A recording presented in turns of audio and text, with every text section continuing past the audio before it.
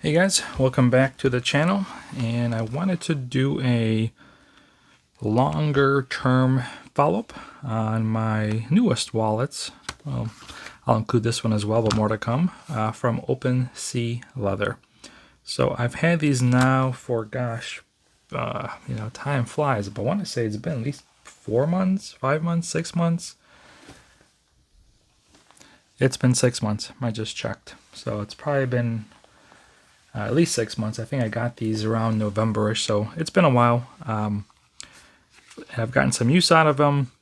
I've actually used them both pretty interchangeably. I think I just switched to this one. I used this one for quite some time, and I thought it would kind of provide some feedback and just kind of how they held up. And kind of the short and simple is that these are my two new favorite wallets. Nothing wrong with the gun deck. I got this one along with these, but I have not used this one at all other than my initial trial period. Nice wallet, but these two are just awesome. Same goes for my old, I spent probably 2-3 years raving about the Franklins from Lost Dutchman. They were my go-to wallets for years, kind of the benchmark, and definitely got some years of use out of these two, especially that one. You can kind of see over the years, and they were great, but the Kangaroo leather is just won me over. So this is kind of what they look like after about 6 months of use. You actually notice they don't look a whole lot different. So being Kangaroo leather, and this may come as a pro or a con, but Kangaroo leather, compared to, cow leather, has some different properties. For one, obviously much thinner, which is a huge pro, because these just feel great to carry because they're so minimal. It is more, everything I've read is it's stronger, more durable, which is crazy to believe because it's thinner than, cowhide, but it is supposed to be stronger and more durable, so it should in theory last longer. It also is more water resistant as well than cow leather. It's not waterproof, but it does do better with moisture than cow leather. And I shouldn't say it's a downside, but the trade-off is that it does not patina as easily or as much as like cow leather. So believe it or not, this wallet at one point, I don't know if I can find something here, was actually a very similar color to this one.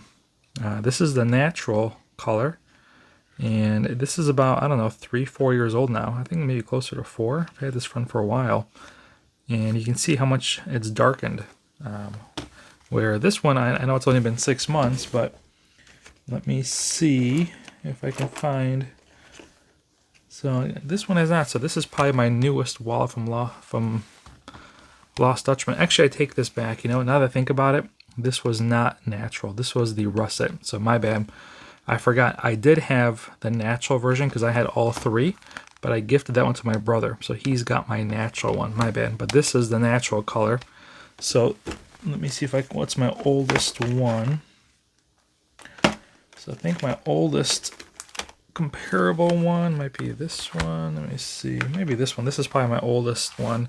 You can kind of see how it's maybe darkened, right there. So this one's probably about 2 years old. This one's about a year old.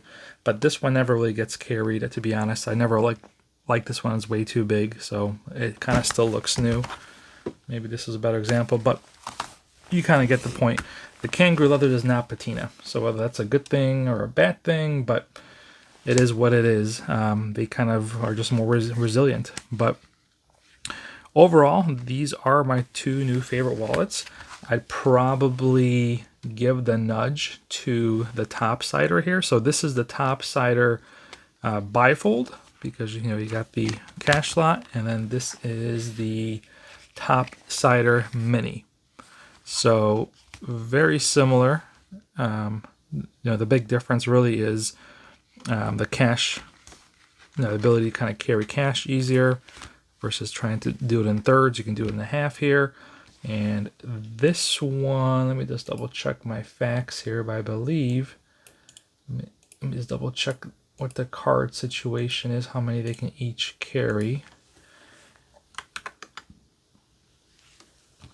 So the bifold is good for about 10 cards, which has been my experience. I don't even carry that many, but the main advantage is you've got the slots, but then you also kind of got this little pocket and then the cash, where this one is just straight up slots, but it still gives you a little bit of organization. So both of these are great. I'm just a little more, I just prefer this one a little bit more, but this one is great as well. Can't say enough good things about them. I'm just like surprised that something beat me from my beloved Franklin. And then the Gun Deck Mini, you know, I just haven't given it a chance. I just can't compete with these two. So even though I got this one at the same time, I just haven't used it at all. You know, it's at this point, it's just these two. And I think with that, you know, I don't see myself coming back here for probably a while before I come across another wallet that will sway me, because I'm just a big fan of the Kangaroo leather, and these wallets are just perfect. There really isn't anything more I could ask for. It's thin, it's light, it's sleek, it's strong, it's got great organization. Like I said, this one's almost too little and too light. I can't believe I'm ever saying that, but like this one will slip out of my pocket in a couch and I won't even notice because it's so light, which is kind of scary. But both are great.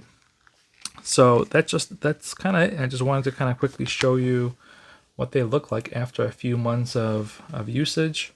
Yeah, really isn't much to report. The only thing that's kind of changed really is the thread, and this one's kind of gotten this color a little bit.